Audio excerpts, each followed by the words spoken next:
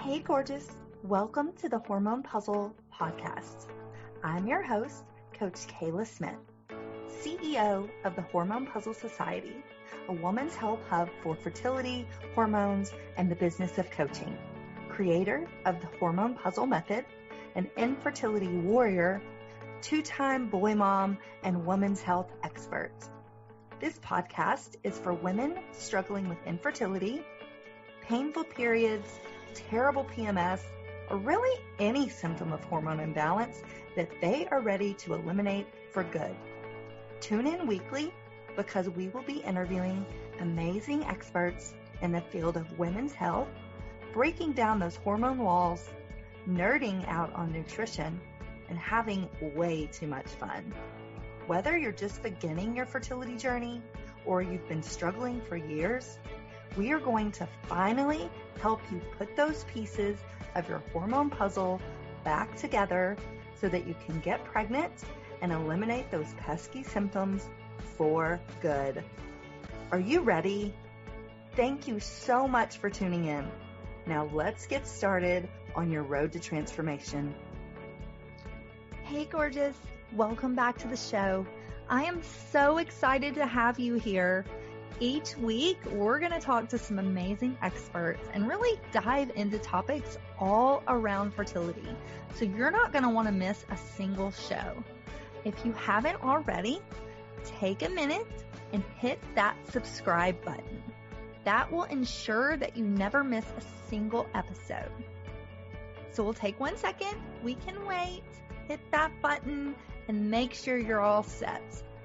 Also, I would be forever grateful if you would leave us a review on iTunes. This will help more people find this show, and it will allow us to help even more women on their journeys with fertility and hormones. And this is how iTunes decide who is shown what. So this way you can do your part to help the infertility community, and it would make me so very excited. So thank you. I would be forever grateful if you would do that for me. Thanks, gorgeous. And now let's get on with the show. This podcast is brought to you by Keep Me Safe Worldwide, a non-toxic and safe beauty and skincare company whose mission is to keep you and your family safe from toxic ingredients and harsh chemicals that infiltrate our beauty industry. What you put on and around your body and in your home is just as important as what you eat. Your skin is your body's largest organ, and these chemicals greatly affect and disrupt your endocrine system, which is a huge factor in your body's ability to conceive and lead an illness and disease-free life with balanced hormones, less hormonal symptoms, and boosted fertility. To learn more about their wide range of products, from lotions to deodorants, skincare, and makeup, or to place an order, visit my.keepmesafeworldwide.com/Coach Kayla. This will also be in the show notes. Lauren Blandin is a New York City yoga instructor. She came to practice in 2002 as a way to reconnect to her mind and body from the dance world.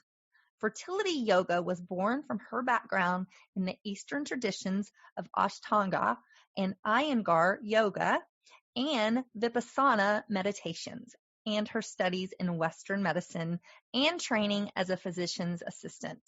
She uses this training to provide knowledge and support for those who are experiencing difficulties getting pregnant or those who are going through fertility treatments. Hey, Lauren, welcome to the show. Hello. Thank you so much for being here. Thank you for having me. Yeah, tell us a little bit more about you, who you are, and what you do. Sure. I am a yoga instructor in New York City, and I teach group classes across the city, but I also teach fertility yoga to people who are trying to conceive, people who are having difficulty getting pregnant, and are on the fertility journey. Oh, I love it. I love it. So tell me, what is fertility yoga and how does that help somebody conceive? Sure. So fertility yoga was born out of my own experience of going through fertility treatments. I am a longtime yoga practitioner, and when I was going through that process, my body was changing. And, my doctor had informed me that I wasn't able to lift heavy things and, all the contraindications that go along with fertility treatments. And I knew that my yoga practice was going to help me throughout this because, my mind was just, it was a tough time. It was very challenging and I felt very out of control. And there are so many aspects and elements of yoga that I knew would support me on that journey. But the more that I started to research yoga and fertility, there was almost nothing available. I was shocked. I was really, really surprised considering how therapeutic yoga is and all the benefits that come along with it. So I took my nearly 20-year practice of yoga, combined that with my background in health science, and created fertility yoga. No, I love it. Awesome. So fertility yoga, it is comprised of restorative yoga, meditation, and breath work. These things together help to create this response in your parasympathetic nervous system, letting you know that you are safe, that it's okay to let go. And in doing so, you're sending blood and oxygen to your reproductive organs, and you are sending signals to your brain that it's okay. And you're allowing yourself to find this sense of ease and equanimity through what can be a very challenging time. I love that. Yes, I completely agree. I talk a lot about how just the stress relief in general and different meditation and breathing techniques can really help us in our fertility journey. So I love that you're talking about that. So tell us a little more, if you would, about your personal story. How you said you struggled with infertility. Would you give us a little more details on that? It's not so much that I struggled with infertility, but I decided to go through fertility treatments. And through that, again, like I said, I knew that yoga was going to be a support system for me. And so I wanted to create something that was safe for my body and that could support my mind. I love that. I love that. So tell us which styles of yoga you really recommend and what's best if you're doing it naturally or if you are going through treatments. Is there different styles for each? Sure. So before I get into which style is best, I want to talk about what is happening in your body when you're going through fertility treatments in particular. So I'm sure, as some people know, when you are receiving fertility treatments, your ovaries are growing. And you are at risk for something called ovarian torsion. This is when your ovaries or your fallopian tube twist. It twists on itself. And when that happens, blood is not able to access the ovary. And when that happens, the ovary is unable to function. The only way to treat this is through surgery. That being said, so knowing what's happening in the body, it's important to know what styles of yoga are going to support that. So there are some very athletic styles of yoga, which I do practice. And this, again, was why I developed this style of yoga, this fertility yoga. And it takes restorative postures, which are relatively simple and complex posture or uncomplex postures, which makes it accessible for all levels, supports it with props, so it supports the postures with props, and holds them for a longer period of time. This, in turn, again, creates that signal in the brain to let go. It turns on the rest and digest, the feed and breathe portion of the nervous system. And this enables your body to send its resources to reproduction rather than to responding to stress. Our bodies have a primal instinct to respond to stress, to keep us alive and safe.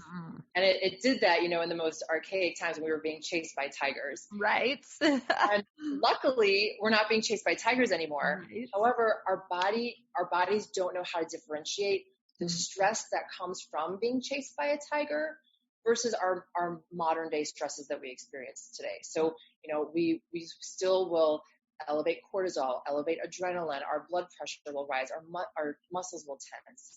And we want to create conditions so that our body is not doing that and instead is sending those resources to reproduction. Sorry, just one more thing I wanted to add about that. Yeah. When you're in that chronic state of stress,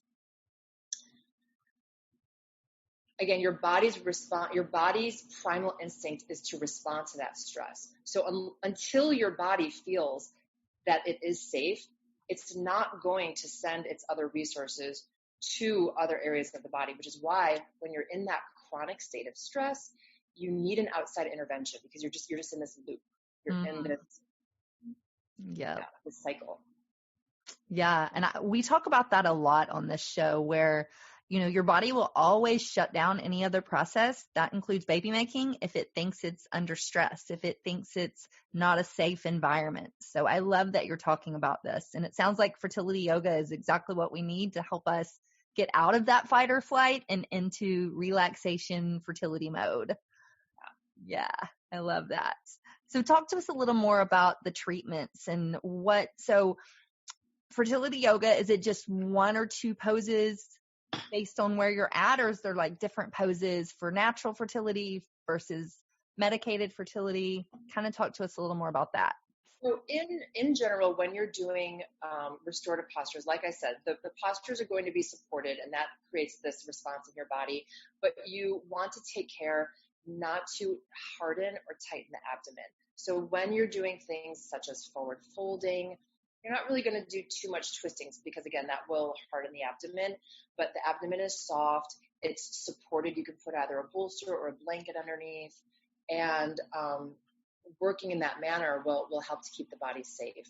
A lot of the postures are also very conducive for hip opening, inversions, and these things send blood and oxygen to the reproductive organs. Yes. And I'm sure it helps with your circulation and, like you said, bringing blood and oxygen and just making those reproductive organs as alive as we possibly can and as fertile as we can. Exactly. I love that.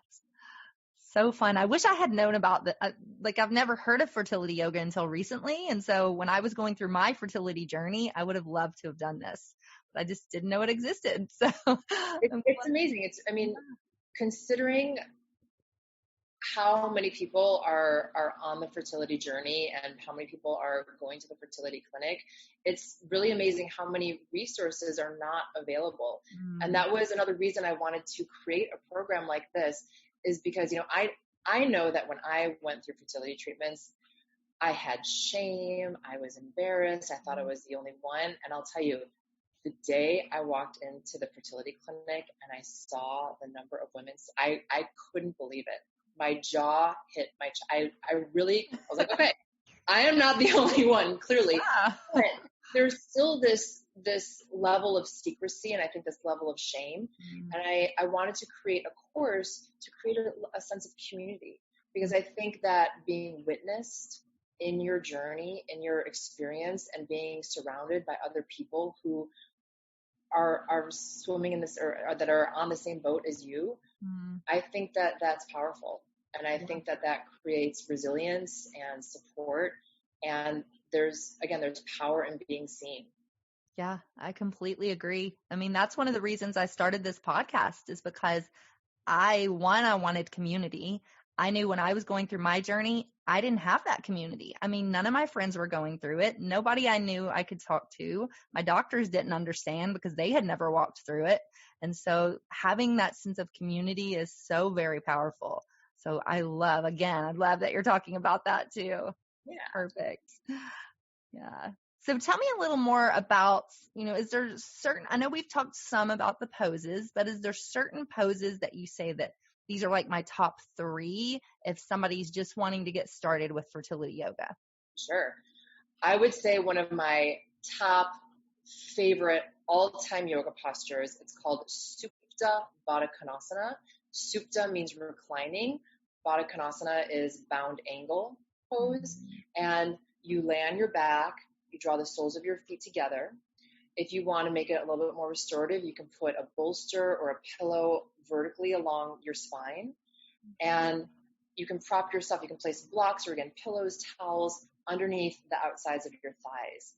And if you hold that there, it will create this amazing feeling and sensation in your hips. It releases the inner thighs, the lower back, and it's one of my all-time favorite postures. So I would say Supta Baddha Konasana.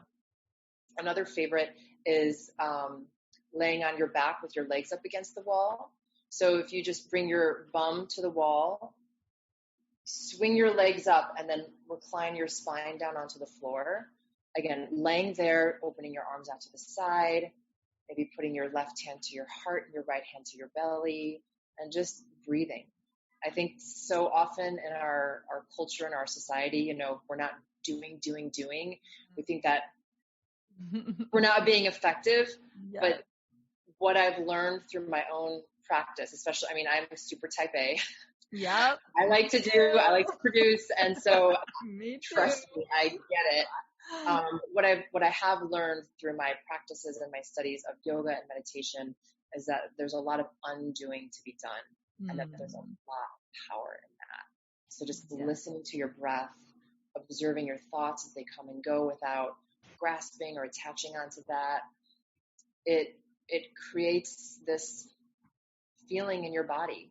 It allows you to rest into the present moment. So we're not attached to the past. We're not trying to clasp or attach onto the future. And there's power in the present moment.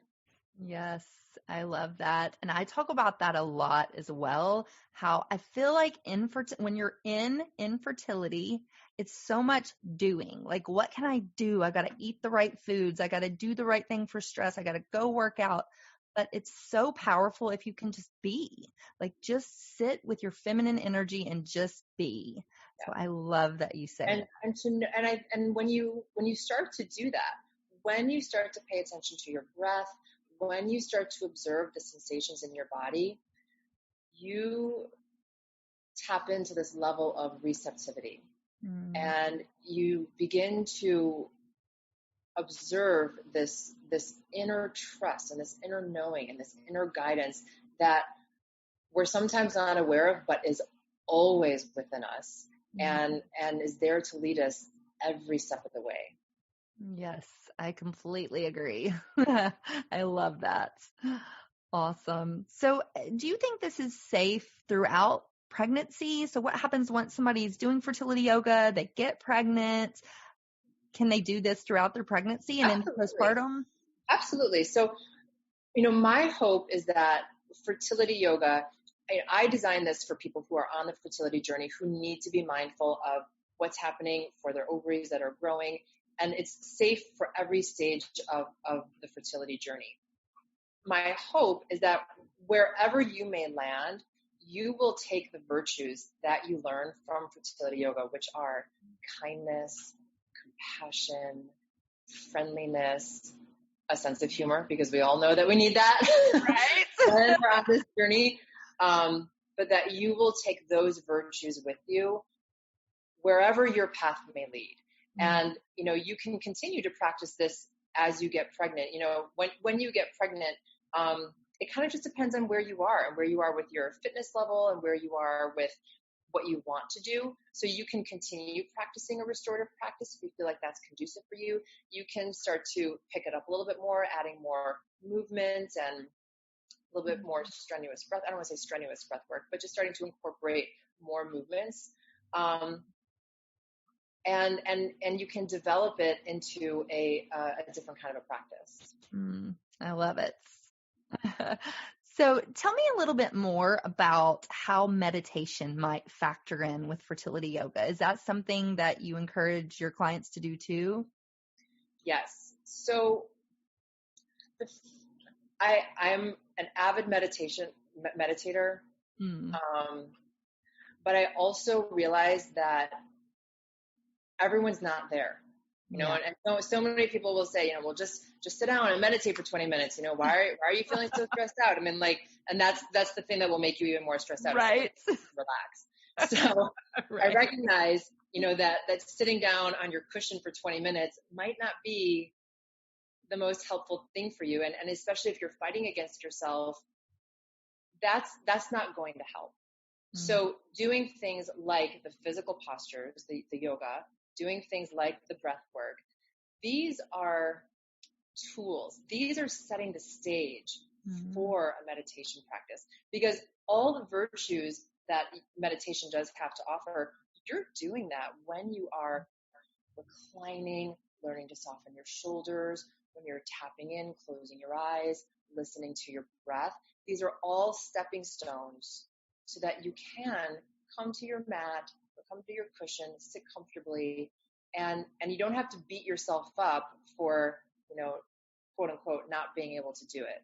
So It is helpful, it is beneficial, but I don't want people to walk away thinking that they can't have similar benefits from doing just yoga or just breath work. These things, they all work in tandem.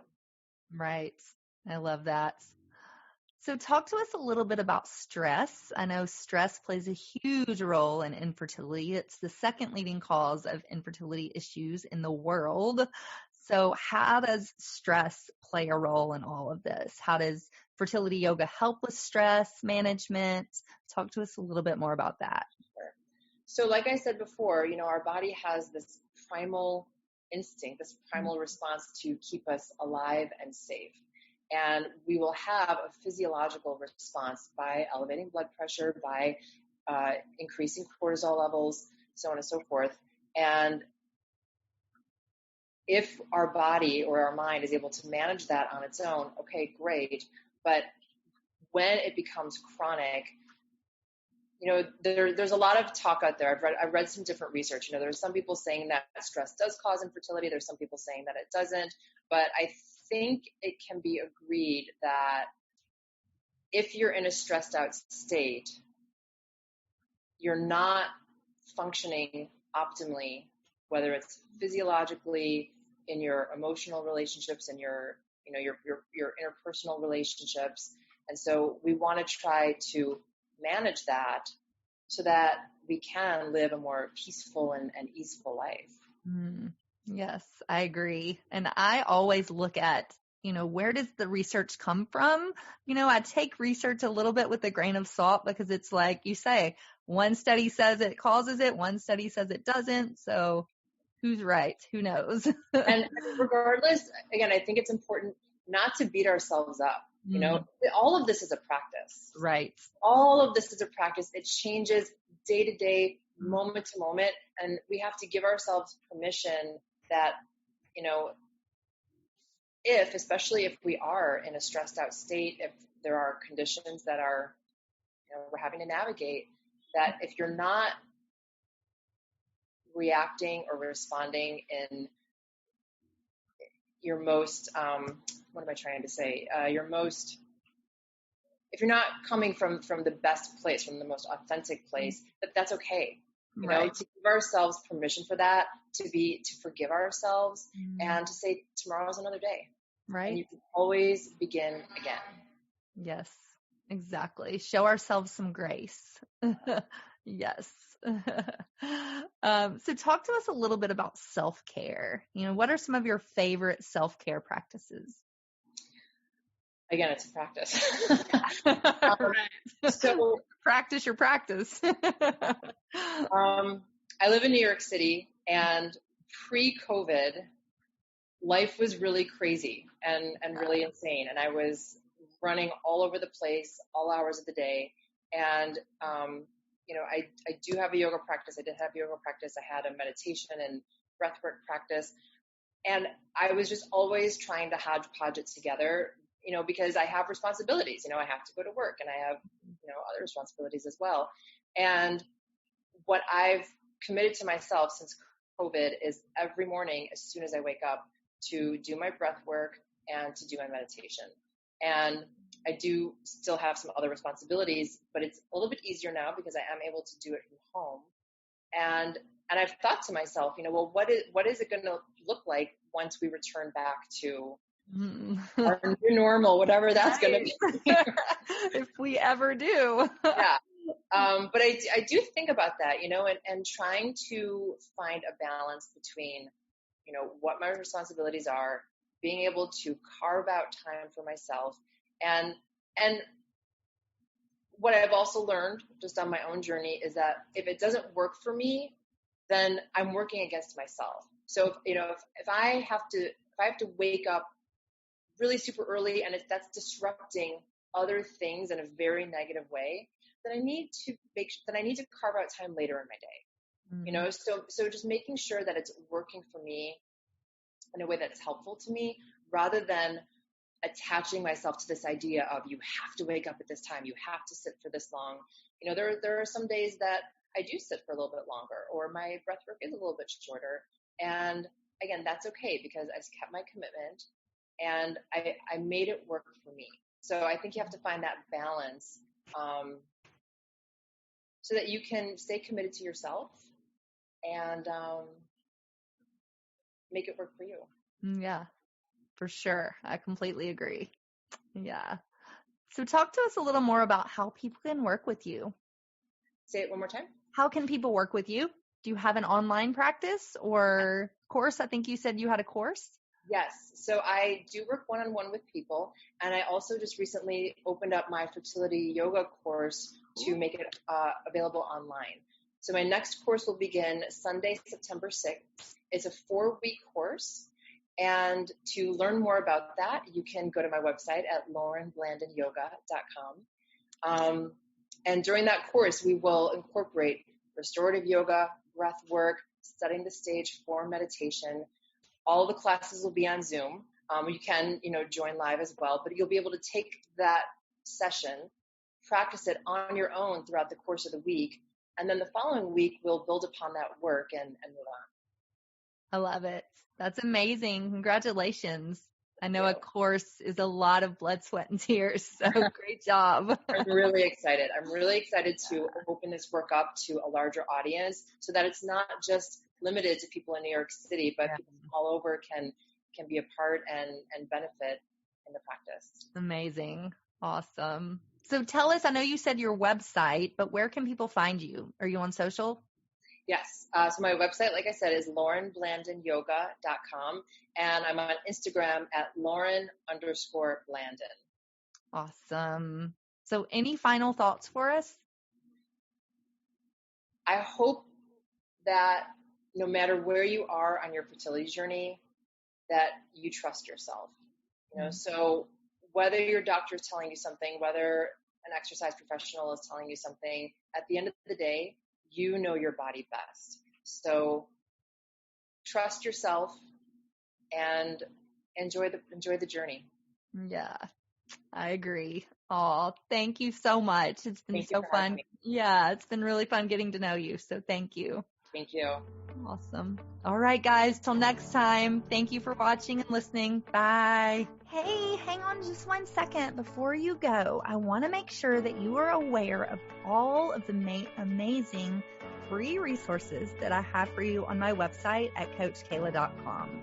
From a fertility meal plan, a cycle syncing quick start guide, a holistic healing cookbook, as well as master classes, blog posts by me and some amazing experts in the fields of fertility, hormones, and nutrition. So many wonderful resources that will help you on your journey. And I wish there had been something like this when I was going through my 2 years of infertility, but there just wasn't. And so that's why I decided to create all of this for you. So make sure that you go and check it out and you take advantage of this plethora of support that I have provided for you. And spoiler alert, these were some of the same tricks and the same foods that I used to get myself pregnant, not once, but twice, even after my doctors said that I couldn't. So I know that these things work. Make sure you take advantage of that. And I cannot wait for you to be my next success story. So thanks, love. See you soon.